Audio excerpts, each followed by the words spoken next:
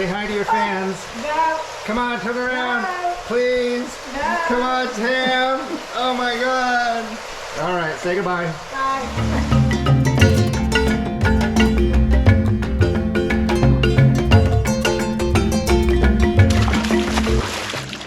Hey everybody, welcome back to Florida Exotic Fish Farm. Today we're going to go out and check the Star Sapphires. Now these are probably, the adults of these when they get to be 6-7 inches, probably one of the most sought after fish for your tank because it's absolutely beautiful. But we seldom see them that size because we sell them out at the 2 inch, 2 3/4, 3 inch, and they really haven't gotten that size. But we do have some that we had, and we have some dynamite pictures of, so you can see why they're called Star Sapphire. This fish is called Placidochromis phenochilus. It comes from Lupingu and Makonde, but we don't call it that. We call it Pheno Star Sapphire. So let's go do it. We got 3 tanks of them because we breed a lot of them. Now along the way, these are our 7-stripe fronts. These are wild. Some of them are holding right there. We'll do them one day. They're very cool, but they're hard to handle. They're so big. Here's some more of them. We have 3 tanks of these guys, wild, different ages, so they'll last for a while. These guys will breed for 4 or 5 years. We've got on the other side 6 stripes, and then we've got Impimwi blues. We don't breed any of the MOBAs or Capampas. We have tried, but the production is just not there. But they're absolutely off the chart blue, wonderful fish. These are obviously a Lake Malawi fish, these Star Sapphires. Sometimes I have a tendency to call them Starry Nights, which is actually a Du Boise. But that's just me. Now we do not breed with big time chipped ones. This one right here is starting to chip. The really older, and by the way, this is not my fish, this is Tony's check, so I don't know if they're holding big time or not, but I'm gonna check them. But you can see on this guy, this isn't bad. He's got chipping. That's the white things that are showing up on it. And then when it gets to be 7-8 inches, this is going to be everywhere, all over the body, and all the fins, dorsal fin, everything. So he's about 5 inch or so.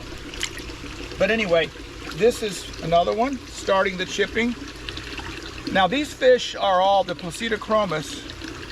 There's this, there's the white lip Doka, and then there's the deep water Electra. This is a male who's not really going to show much unless we took some of those other males out because he's not dominant. So anyway, like I said, I don't know if Tony checked these, but we have 3 tanks of these, so we'll check all 3 of them. These hey Rick, hand me the bucket over there just so we can keep everything in the light here. Okay. We were filming this, guys, early in the morning, and so our sunlight is kind of whacked. Yeah, and like I said, Tony might have checked these, but I thought we'd come out and look. But these are heavy breeders.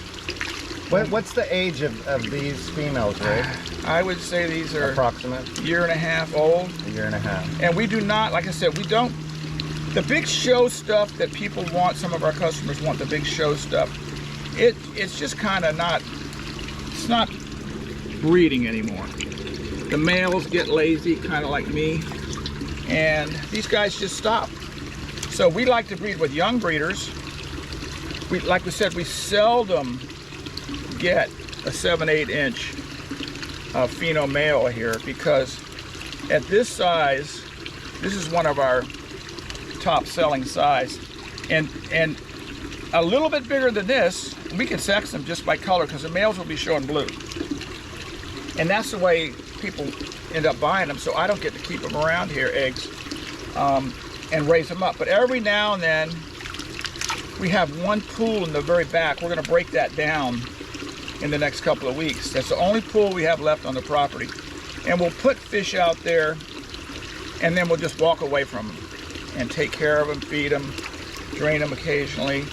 Rick, we see that you're opening the fish's mouth with single hand. Can you give our viewers some pointers on your process? You know, a lot of people talk about using a straw and everything else to strip eggs, but maybe some professional pointers on how you're doing this. I'm looking at all these. Sometimes you can tell right away if they're holding, but I'm just very gently putting my thumb here and pushing. Now, depending on the size of this fish, is depending on how I'm going to push. If it's a little teeny sip, I'm going to use quite less force. I'm just going to use enough to open up the mouth. I'm not going to brutalize this thing because these fish they're my breeders and I take care of them. But that's, you know, we've learned that over the years. All the guys know how to do it. I'm going to pop the eggs in this one. Yeah, but I'm going to pop this one because we can put this in our incubator and see how many more babies there are when they're like that, which we call head and tails, as opposed to the other ones, which we call bigger head and tails. But I think along the line, because we're feeding all the time, these females, they will try to eat when we feed. And with these guys get the extreme 1.5, like 90% of our farm. And I think what they'll do is even though they're carrying, they will try to eat. And I think they end up swallowing a little. Right here is this is probably going to be that's going to be a female. If it was going to be a male, it'd be blue, but I just flipped it over and you can see that the second opening is bigger. Even at this size, you can sex that, no problem. This is going to be a male. You can see it's starting getting some blue. So that's going to be a little male. Every now and then we're checking, you know, one or two of them get away and live. These guys are probably a lot harder on babies than some of the other fish, but like the sips won't eat them and some of the others. But these guys, they're a little more aggressive. It used to be called Hap Electra, Hap Deep Water, but now the new name, they changed the names on these fast. Okay, now we're going to we have 3 tanks. We'll go to one more tank and do it. And then maybe not. Okay, here's another tank of them. And we raised these guys. We moved the tank last week. And by the way, we had to slow down getting over here because, again, somebody took my net. And I had to go searching for it. I didn't search for it. I screamed. And then one of my guys who interpret my scream knows something is wrong. And they all have, you know, this innocent look on their face. Oh, I don't know what you're talking about, Rick. We don't know. Oh, your net. Oh, your net. So, anyway, here we go. Now, these guys, I think, are a little bit younger. But they're still, this is the size male we want. We want this guy. And he's not, because he doesn't have chips doesn't mean he's proper. But he's going to be an active young breeder as opposed to a chipped 7-incher that all he wants to do is eat food and hang around. That's not what we want. Now she's got eggs. I'm going to leave her alone. They'll be back in here in a week and a half, 2 weeks and strip her. This one, I think I'm going to take it. It looks like heads and tails. And again, there you go. There's quite a few babies there like that. And I don't know if we ever showed you inside, but Tony's technique to the younger male, he may not be breeding, he may be breeding, but that other one is dominant. But he's got chips even. But what they'll do, that dominant male's probably down there at the pipe, and he will be constantly dancing around for the females as they come by, and when they're ready to breed, they'll breed, and he'll keep the other fish away as best he can, and that's how they do it. So anyway, what will happen is these guys will go into the warehouse, probably the little heads and tails.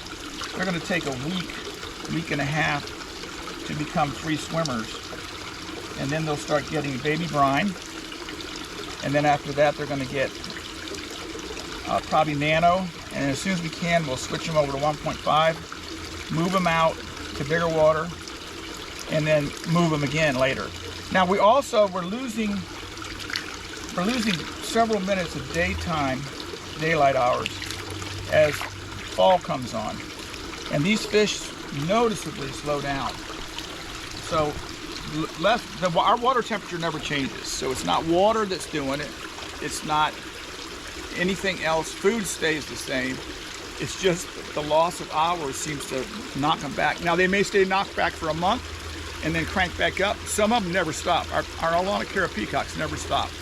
So they just keep going. Now we can do this last one too. It's just a repetitive thing, but I'll do it real quick. And then these will go in the warehouse. We'll split them and we will put them out. Now we rate, like I said, I think my next pool that goes out, after we break down the other ones, I'm going to try to put about 1,000 of these guys out in the pool, just because we have them easily, and it still leaves me plenty to sell at several sizes, and just to let them go.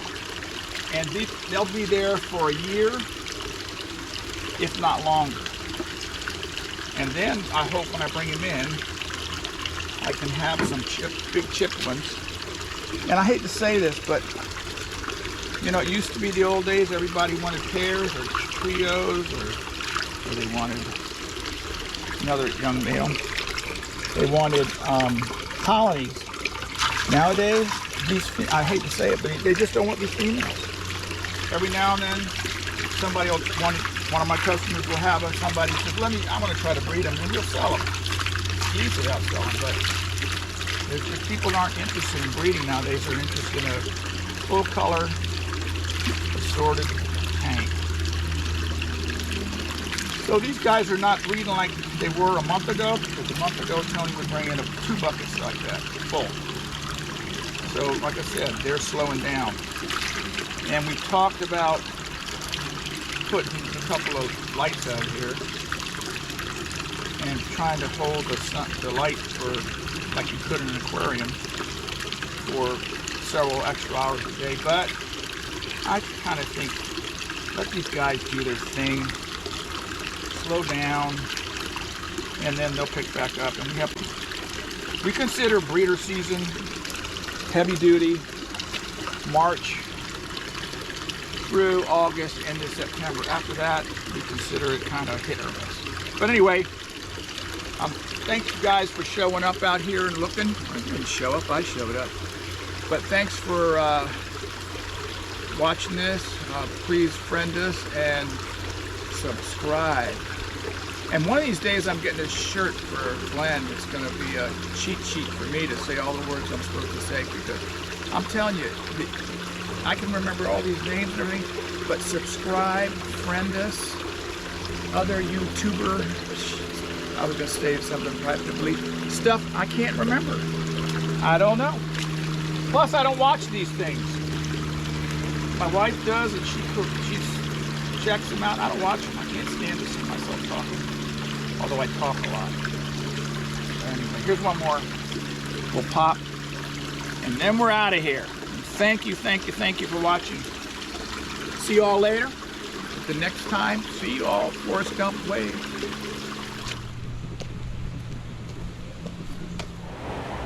Hey everybody, we're over here at the warehouse. We brought these Star Sapphires over here. If you can see, I've got 3 different sizes here. I probably shouldn't have taken the eggs, but Tony's got this system, so we're going to show you how he does it. They're in there packing, so we came outside to do this because it's too noisy in there. But anyway, I'm taking out, and that's a turkey baster. Turkey baster. I'm taking out these similar size guys, and normally probably they would have had 2 buckets over there and they wouldn't have to do this, but since I took them. And sometimes it's really difficult to actually see the actual size of the fish as you're see, I've got some eggs in here which I don't really want to have taken. There's Tamla sneaking by, going to her back room where she doesn't like us to go. We'll sneak in there one day when she's not here. But then the problem Let's is, go right now. She's always here. Yeah, go ahead and you go. You go for a minute. You want to get hollered at.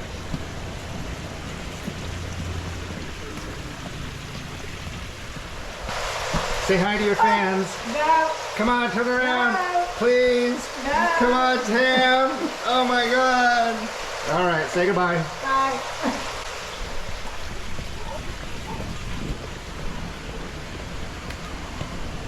Well, that went as expected. Get out of here. Covered up her face. Yeah, I don't know. She doesn't like she's worse than I am as far as wanting to show her stuff, but I don't know why. I think it's because she doesn't like to talk on air, but she does a really good job at it. I mean, there's some good videos of her at some of the FTFFA shows that were done by certain people, and she does marvelous. She's really knowledgeable about it. But anyway, we're going to do this until I have separated all these different sizes, which is a kind of a pain, and I wish I had been more careful, but when I got carried away with my little talk. So you can keep filming this, or we can call it quits on this. Yeah, we'll cut here, and then the next part of this before this video ends is we're going to have Tony give a demonstration of his incubators that he's crafted here on the farm. Quite the unique thing. We've tried, there's been incubators made out there that are guaranteed, and they all run on water, I mean on air. And the one that Tony set up runs on water, which is the closest thing to what the female is doing, which is rocking these babies around in water in her mouth. And when you use air, I just don't think you can get the movement of it. It's just, they're driving air to make it work, and this doesn't work. Never worked for us. New system, and we do not use it for everything. We use it for fish that are we considered a high value. So this is not, we're never doing this with Demasoni. We've got so many Demasoni breeders that not necessary. Anyway, we'll be back with Tony as soon as he finishes packing and show you what we do. And I think you guys could figure out how to do it at home with a power filter. You could set something up on the power filter that the water would go into a little... Okay, don't give away too many secrets. Oh, yeah. Say goodbye, Rick. Goodbye, Rick. Good morning, everybody. My name is Tony. I work with Rick. I've been working with him for 40 years. He and Glenn popped some phenochilus, and they asked me to show you guys how I put them in an incubator and set up our system so the babies that still have eggs won't die on us. So let me get started, and I'll show you guys how we do it. The very scientific method.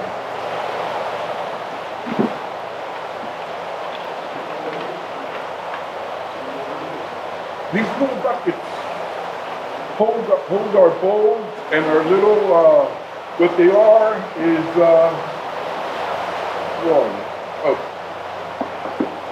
they're wine cups without the stems, and they work really well. And I'll show you how we use them.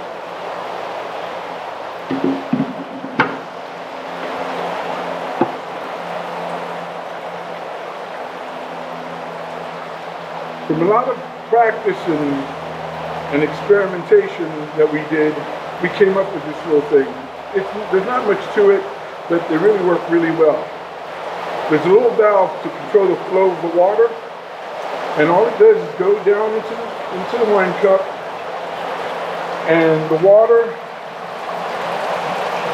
keeps the little babies moving, and I can adjust it with this little valve. Let me put it in so you guys can see. Now these are just eggs. They don't have heads, they don't have tails, they're just eggs. But as long as they stay moving in the wine cup, they will hatch.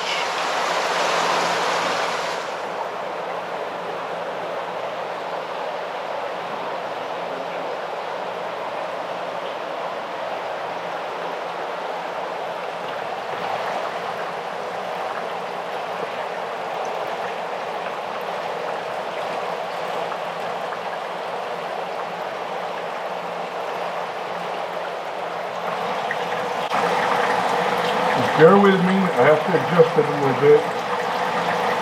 So basically what you're doing, Tony, is you're just, because we use a free-flowing water here on the farm in all the aquariums, is Tony is taking the water and using that. A lot of the incubator systems use air and bubbles.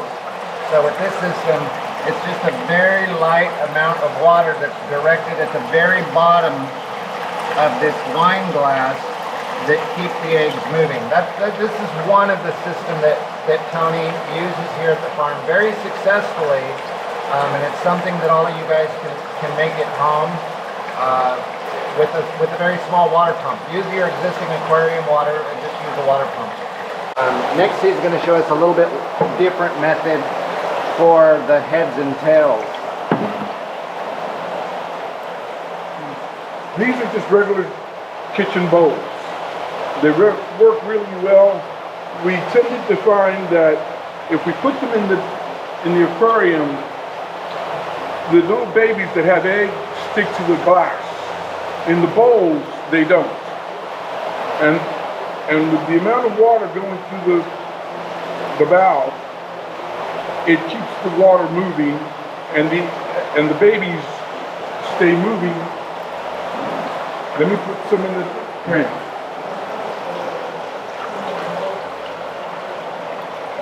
So Tony, why the size? Why such a large bowl? The more babies, the bigger the bowl. Okay. The less babies, I use smaller bowls. Okay. And again, my little valves.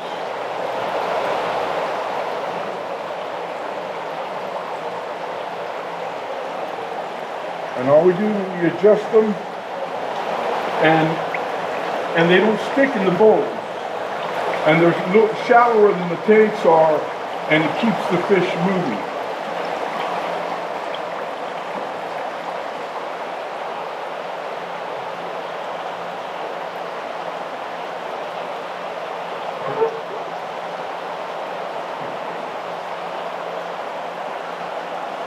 Sometimes I use 2 bowls, sometimes I use 3, sometimes I use 2 bowls and an incubator depending on the size of the baby.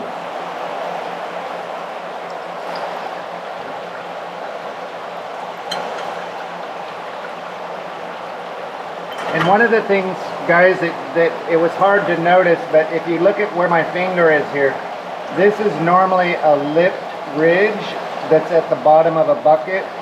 And what Tony has done is he's cut that ridge off, because once the water fills up within the bowl and the babies start to get larger, they will swim over the edge. And a lot of times, because there's not a lot of water motion, they would kind of just slide down the side and get stuck on the base of it. So that's one of the things Tony has done, is he's cut off the lips of the things. So Tony, how long will they stay in these? They'll stay in this probably for about 10 to 14 days. And so when I notice that they're completely free swimmers, I will dump them into the aquarium. The ones in the incubator take a little bit longer, because they're the smallest. And let's talk about food, Tony. Obviously, these young fish are still surviving off of the egg yolk. So at what point and what type of food do you introduce to them? The first thing we introduce to them is brine shrimp, but not until all the egg is gone. And they're free swimmers. And that's the large brine, or you guys make your own brine here? We make our own brine. Okay.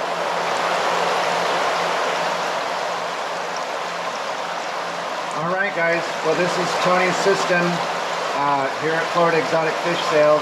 It's one of the things that we've learned to create and use and kind of save money, but it's always the simplicity that gets the job done here.